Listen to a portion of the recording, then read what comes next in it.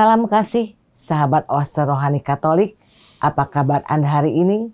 Semoga Anda semua dalam keadaan sehat serta bersemangat di hari ini. Berbahagia sekali karena hari ini kita semua ditemani oleh Romo Blasius Sumario SCY dan saya Bernadette Marita akan menemani beliau sampai di penghujung acara nanti.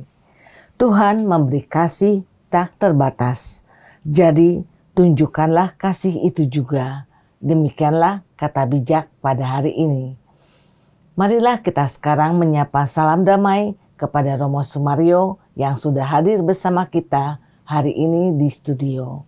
Apa kabar Romo? Kabar sehat Bu Marita dan sahabat Oase Rohani Katolik. Kita sungguh bergembira karena Tuhan selalu mencintai kita dan Dia memberikan kasih-Nya supaya kita makin tumbuh dan berkembang dengan baik. Puji Tuhan.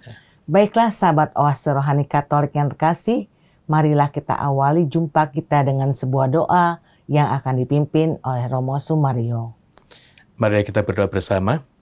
Dalam nama Bapa dan Putra dan Roh Kudus. Amin.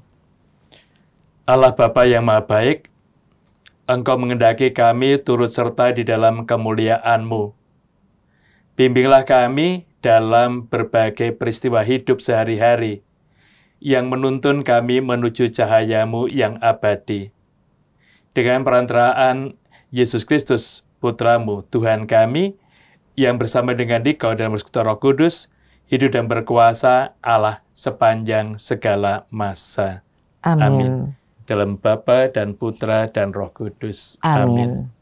Sahabat Oase Rohani Katolik yang terkasih, antifon pembuka kita untuk hari ini adalah Tuhan pengasih dan penyayang, sabar dan lembut hati.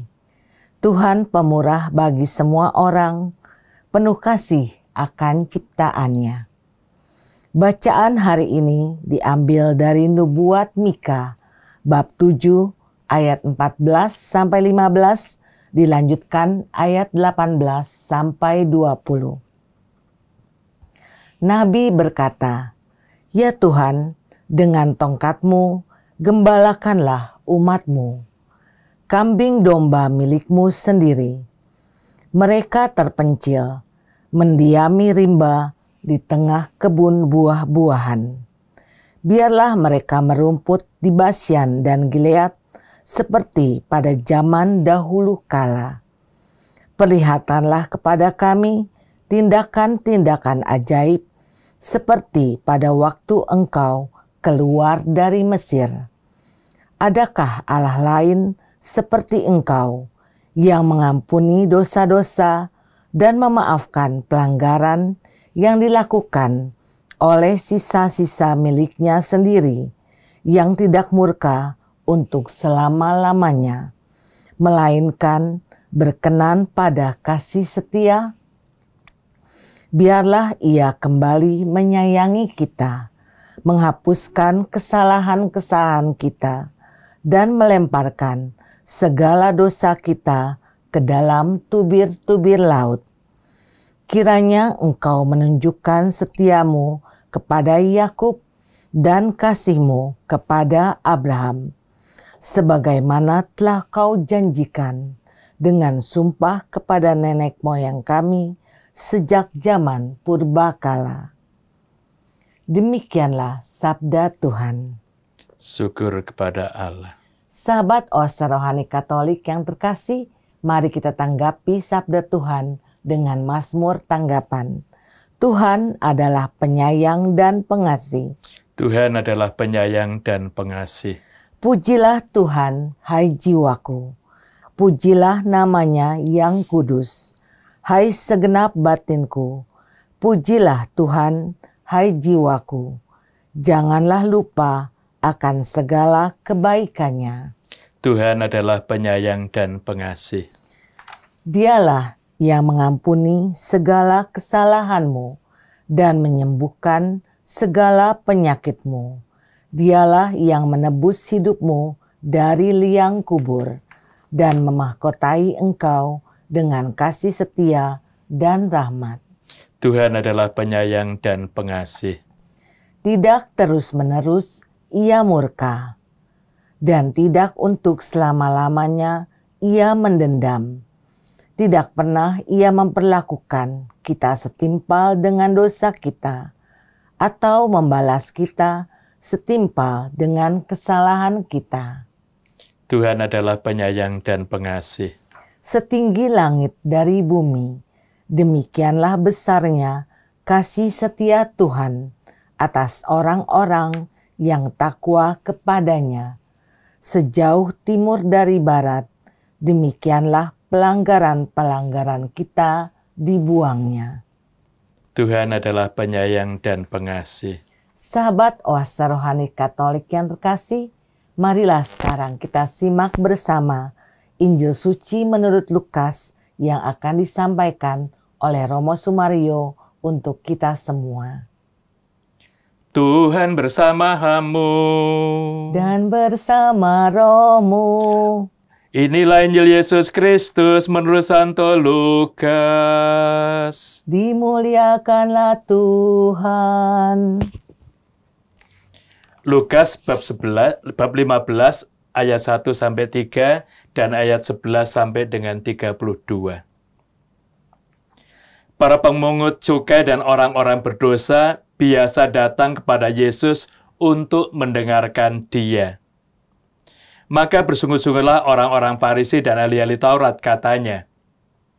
Ia menerima orang-orang berdosa dan makan bersama-sama dengan mereka. Maka Yesus menyampaikan perumpamaan ini kepada mereka. Ada seorang mempunyai 2 anak laki-laki. Kata yang bungsu kepada ayahnya, "Bapa, berikanlah kepadaku bagian harta milik yang menjadi hakku." Lalu ayahnya membagi-bagikan harta kekayaan itu di antara mereka. Beberapa hari kemudian anak bungsu itu menjual seluruh bagiannya itu, lalu pergi ke negeri yang jauh. Di sana ia memboroskan harta miliknya itu dengan hidup berpoya-poya.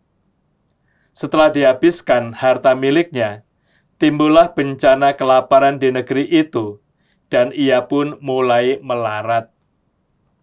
Lalu ia pergi dan bekerja pada seorang majikan di negeri itu. Orang itu menyuruh ke ladang untuk menjaga babi. Lalu ia ingin mengisi perutnya dengan ampas yang menjadi makanan babi itu, tetapi tidak seorang pun yang memberikannya kepadanya. Lalu ia menyadari keadaannya, katanya, "Betapa banyak orang upahan Bapakku yang berlimpah-limpah makanannya, tetapi aku di sini mati kelaparan. Aku akan bangkit dan pergi kepada Bapakku dan berkata kepadanya, Bapa, aku telah berdosa terhadap surga dan terhadap Bapa. Aku tidak layak lagi disebut anak Bapa. Jadikanlah aku sebagai salah seorang upahan Bapa." Maka bangkitlah ia dan pergi kepada bapaknya. Ketika ia masih jauh, ayahnya melihat dia, lalu tergerak hatinya oleh belas kasihan. Ayah itu berlari mendapatkan dia, lalu merangkul dan mencium dia. Kata anak itu kepadanya, "Bapa, aku telah berdosa terhadap surga dan terhadap Bapa. Aku tidak layak lagi disebut anak Bapa."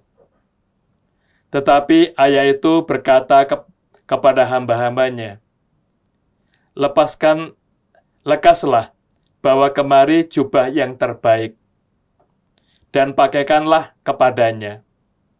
Kenakanlah cincin pada jarinya, dan sepatu pada kakinya. Dan ambillah anak lembu tambun itu, sembelihlah dia, dan marilah kita makan dan bersukacita. Sebab anakku ini telah mati dan menjadi hidup kembali. Ia telah hilang dan didapati kembali." Maka mulailah mereka bersukacita. Tetapi anaknya yang sulung sedang berada di ladang. Ketika ia pulang dan dekat ke rumah, ia mendengar bunyi seruling dan nyanyian tari-tarian.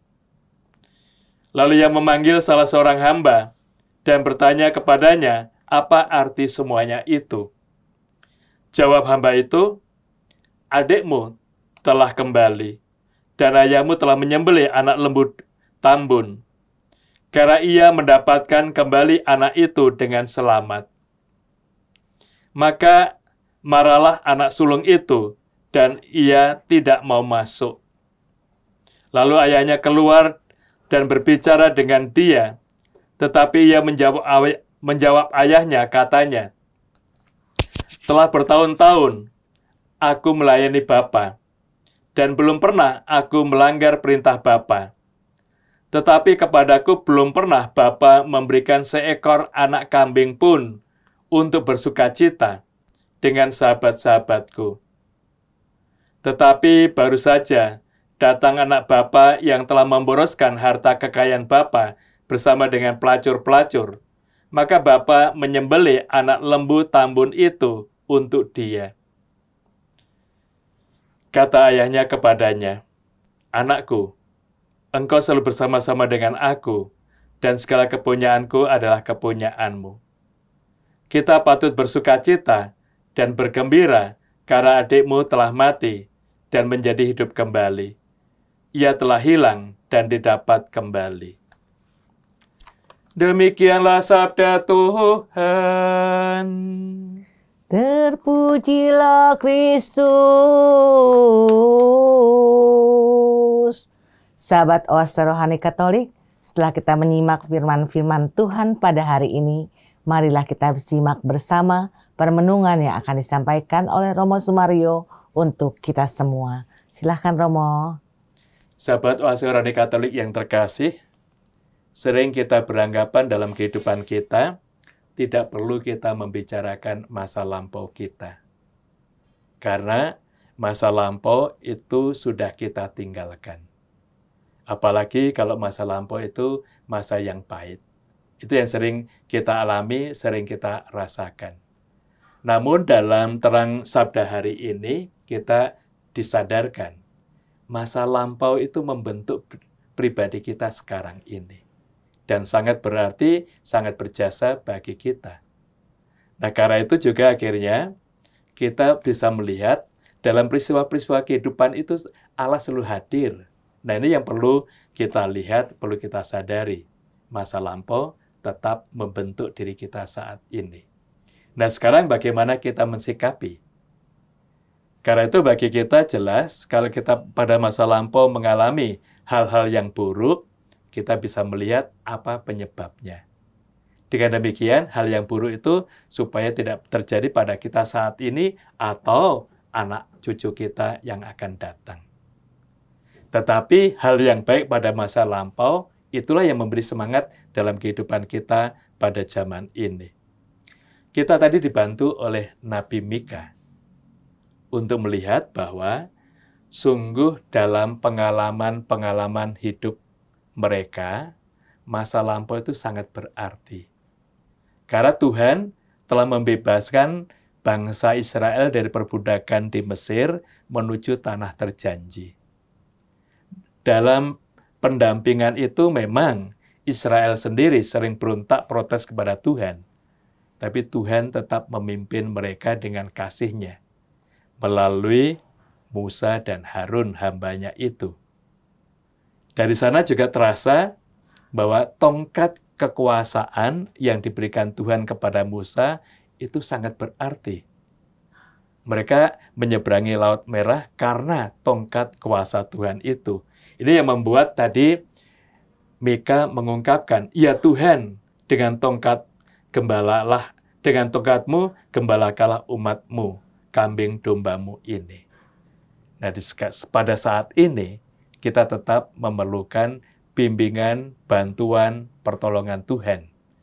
Maka Mika mengajak kita untuk menyadari bahwa dalam kehidupan kita saat ini, sungguh Tuhan itu hadir. Dan melalui pengalaman keluarga kita, sepanjang sejarah hidup kita bersama, Tuhan hadir dan memberikan banyak rahmat yang dibutuhkan. Nah, ini yang sering tidak kita lihat, sehingga kadang-kala kita muncul kesombongan pribadi kita bahwa karya kita sekarang ini, hidup kita sekarang ini, hasil perjuangan kita dan orang tua kita. Di balik itu, kita diajak oleh Mika melihat bahwa karya dan kuasa Allah ada di tengah-tengah kehidupan. Mika menyadari, setelah ada di tanah terjanji itu, mereka ternyata menjadi egois, melupakan teman-teman bangsa yang lain. Karena itu tadi diungkapkan oleh Musa, biarlah mereka merumput di Basam, di Gilead, seperti pada zaman dulu. Kita bisa melihat Basam itu lembah yang subur milik bangsa lain. Kemudian juga Gilead itu daerah di tepi Danau Genesaret itu juga di sini menjadi lembah yang cukup bagus, cukup subur. Bangsa yang lain ada di sana. Nah, di sini yang mau diungkapkan, biarlah bangsa yang terpilih itu berbaur dengan bangsa yang lain, bukan eksklusif hanya untuk kelompoknya. Nah, ini yang akhirnya kita juga menyadari, kadangkala hidup kita hanya berkumpul dengan keluarga kita, orang-orang yang kita cintai, dan sahabat-sahabat kita. Maka melalui ungkapan Nabi Mika hari ini, kita disadarkan, ternyata tidak cukup kalau kita hanya mengurung diri dalam kelompok kita, dalam kemapanan kita.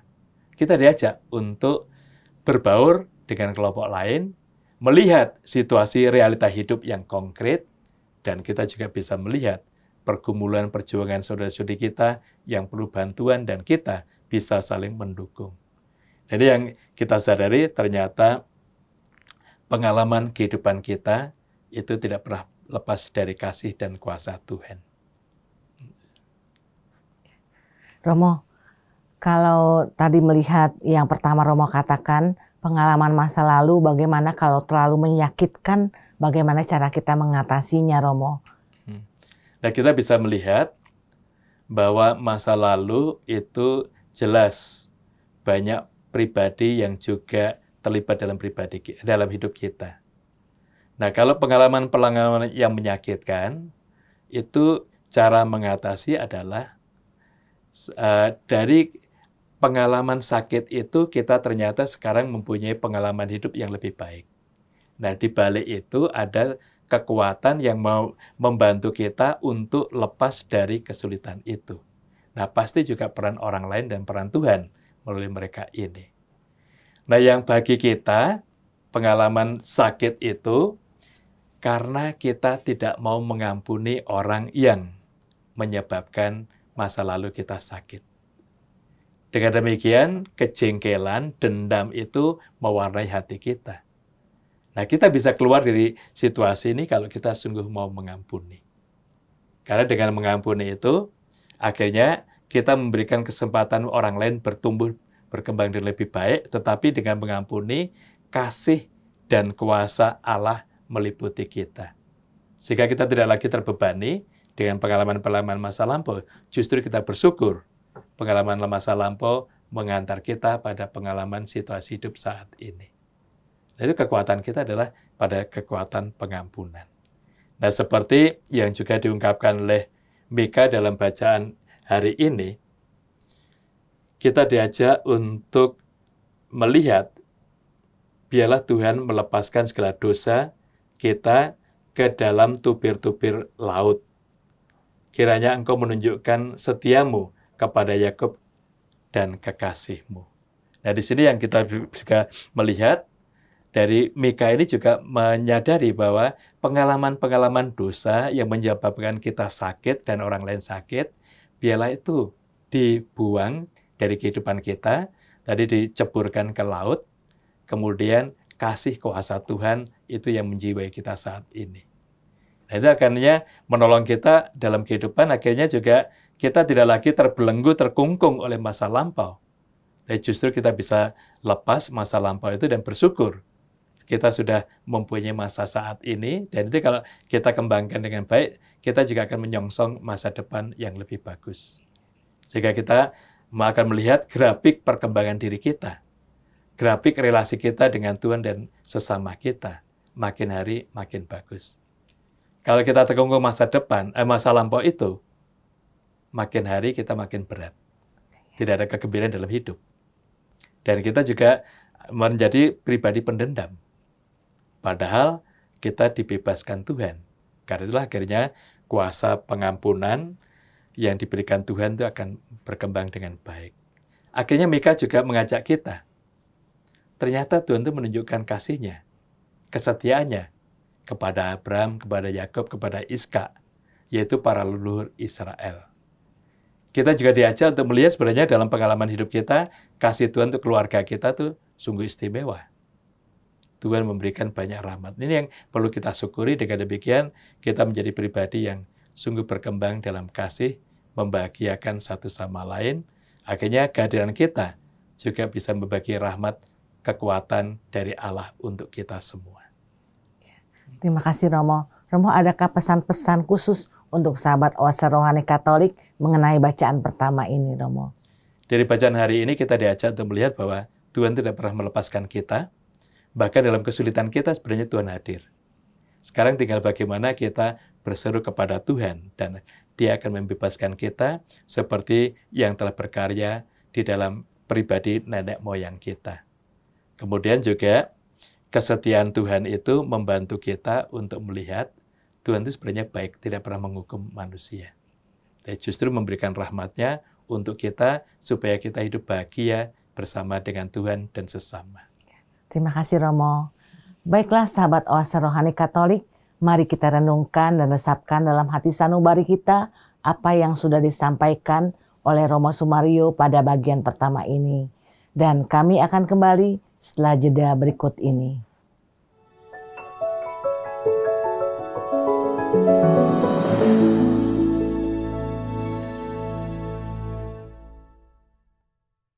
Sahabat Oase Rohani Katolik, kembali Anda menyimak siaran Oase Rohani Katolik pada hari ini. Bersama Anda masih ada Romo Blasius Sumario SCY dan saya Bernadette Marita sampai di penghujung acara nanti.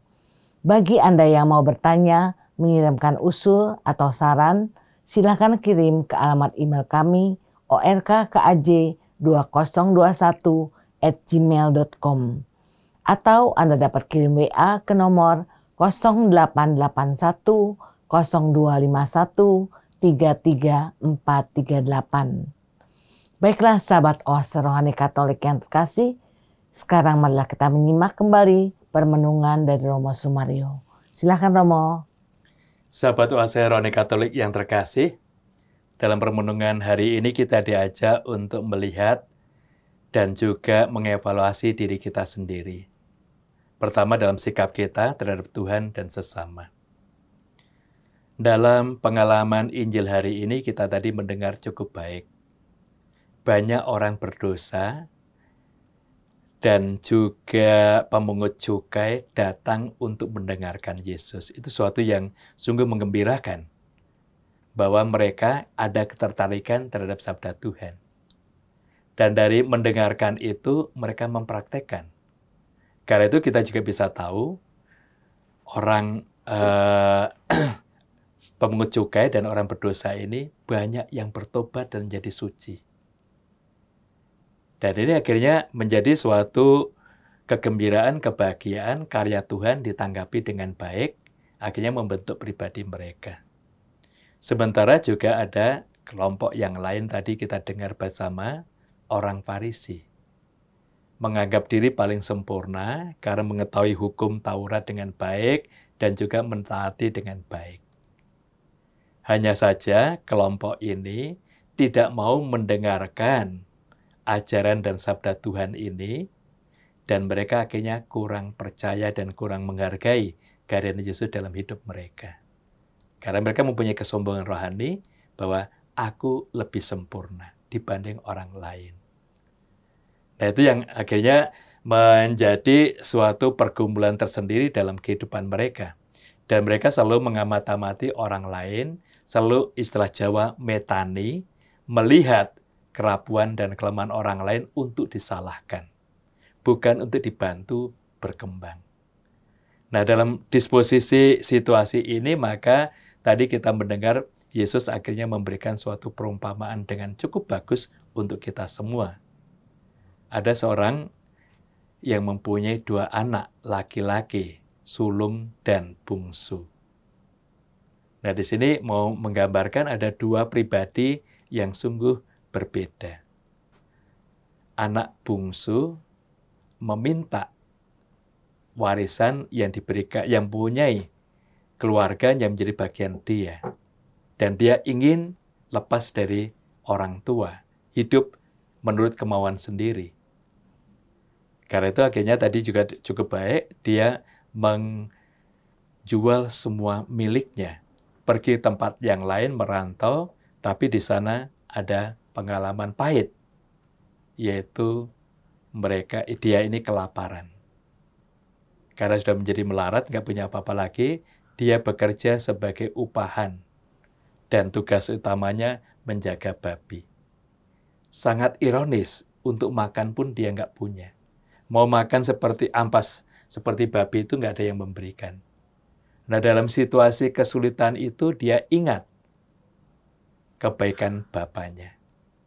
Banyak orang upahan di rumah bapaknya, dan akhirnya dia berusaha untuk membangun niat kembali kepada Bapa, dan dia sadar kesalahannya itu kembali bukan sebagai putra lagi, sebagai upahan. Itu sudah cukup senang bagi dia diterima di rumah bapaknya itu. Nah, yang kita sadari, niat itu diwujudkan dalam sikap yang konkret.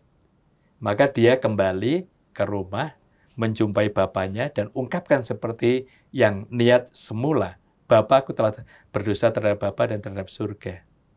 Aku tidak layak lagi disebut anak Bapa, jadikanlah aku upahanmu.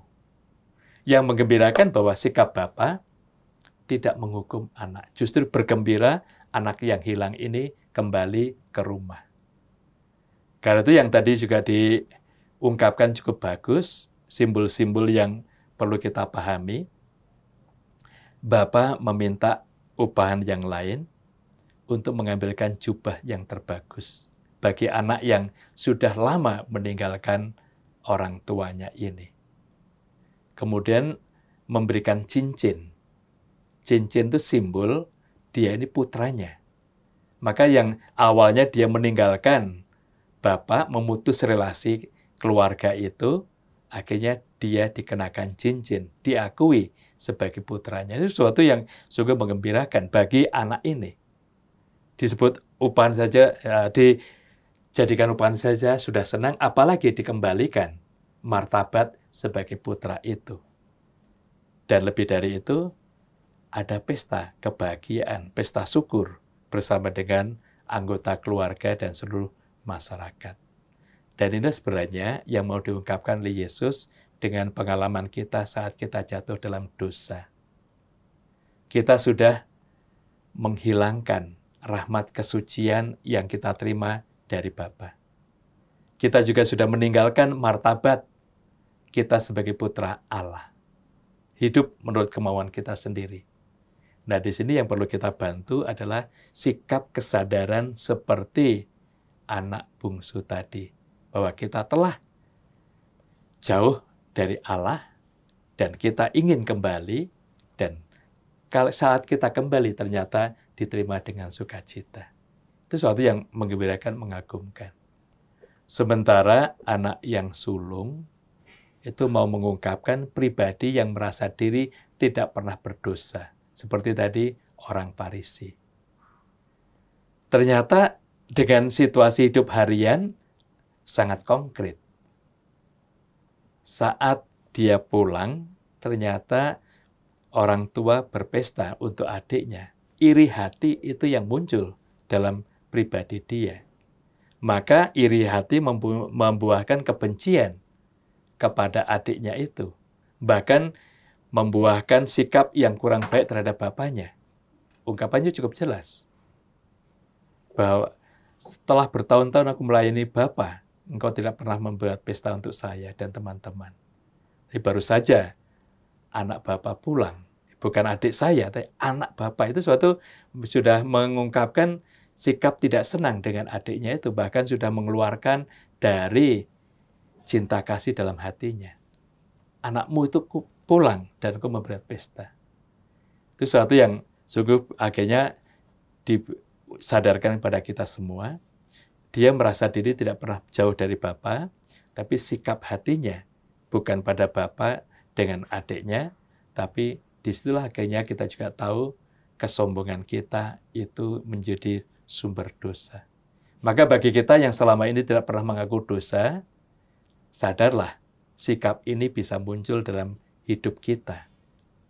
Merasa tidak berdosa ternyata mempunyai dosa yang besar.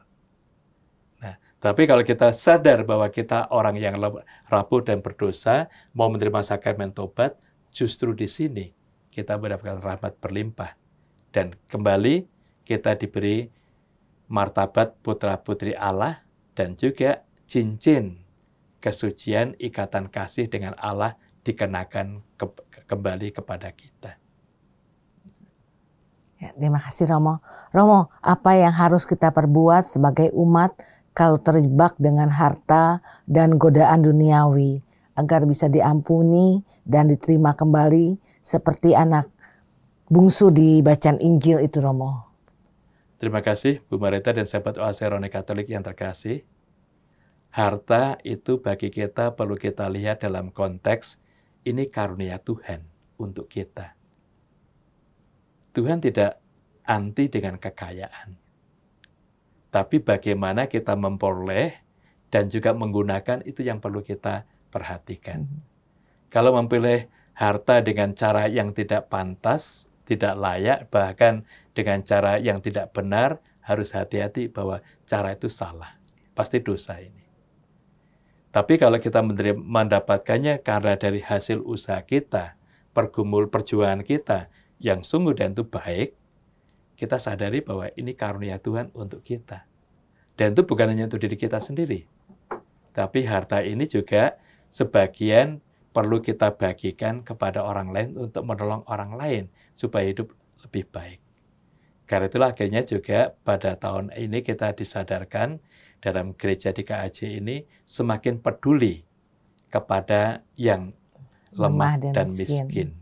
Peduli untuk bantu dan membantu dari harta yang kita miliki. Nah, ini sebenarnya yang perlu kita lihat, perlu kita sadari dalam konteks ini. Sedangkan yang anak sulung tadi terikat pada harta itu milik saya, milik keluarga, mengapa dibagikan untuk adik yang baru pulang? Nah, sikap ini kan kurang rela memberikan perhatian pada yang membutuhkan. Nah, kita disadarkan, perlu kita bersyukur dengan harta yang kita miliki, tetapi yang di sini yang juga bisa kita lihat, harta itu bukan untuk kita sendiri, bukan untuk keluarga kita sendiri. Tuhan menghendaki supaya kita bisa berbagi kasih dengan orang lain. Dan perlu kita sadari, semakin kita berbagi kasih dengan orang lain, harta itu semakin mengalir dalam hidup kita. Tapi kita semakin pelit dengan orang lain, sadarlah juga relasi kita sangat terbatas dan harta kita sangat terbatas. Ya. Terima kasih Romo. Apakah berarti dengan segala dosa dan kesalahan yang dibuat manusia akan tetap kita dikasihi dan diterima oleh Tuhan, Romo? Kita dikasih oleh Tuhan kalau kita bertobat. Oh. Kuncinya di situ. Ya. Kalau kita nggak bertobat, ya kita sama aja. Nggak mendapat kasih kesadaran kita. Nah, anak bungsu tadi, setelah dalam kesulitan dia sadar. Ternyata begitu bagus Bapak itu. Maka saya akan kembali. Nah, demikian juga dalam situasi dosa, perlu kesadaran kita. Pertobatan sebenarnya di sini. Ternyata saya telah melanggar kasih kuasa Allah, telah meninggalkan dia, dan saya akan kembali kepadanya. Dan dengan kembali itulah kita akan diterima. Itulah fungsi sakramen tobat dalam gereja. Sementara banyak orang yang tidak mau menggunakan sakramen tobat itu karena merasa diri tidak pernah berdosa. Seperti anak yang sulung tadi. Ya, terima kasih Romo. Baiklah sahabat Oase Rohani Katolik, mari kita resapkan dan renungkan dalam hati sanubari kita apa yang sudah disampaikan oleh Romo Sumario untuk kita semua. Dengan ini, maka Romo Blasio Sumario SCY dan saya Bernadette Marita undur pamit dari ruang dengar Anda. Kami mengucapkan salam damai, tetap semangat dan tersenyum. Kita akan tutup jumpa kita dengan doa dan berkat Tuhan melalui Romo Sumario. Mari kita berdoa bersama. Dalam Bapa dan Putra dan Roh Kudus. Amin. Allah yang Maha Murah, semoga persatuan kami dengan Dikau dalam sabda yang kami dengar hari ini sungguh membuat kami semakin kuat dalam iman dan kasih, dan juga menguatkan kami agar kami semakin dimampukan dalam mewujudkan pertobatan yang sejati. Dengan demikian kami dapat menggunakan sakramen tobat yang Kau berikan kepada kami, dan itu akhirnya memperbarui jiwa kami. Dan juga dalam menyongsong sukacita surgawi dengan perantaraan Kristus Tuhan kami. Amin. Tuhan bersamamu. Dan bersama rohmu. Hidup, karya, doa, dan seluruh anggota keluarga kita selalu dibimbing oleh berkat Maha Kuasa, Bapa dan Putra dan Roh Kudus. Amin. Terima kasih Romo. Baiklah sahabat Oase Rohani Katolik yang terkasih, sampai jumpa lagi di siaran Oase Rohani Katolik berikutnya. Tuhan memberkati.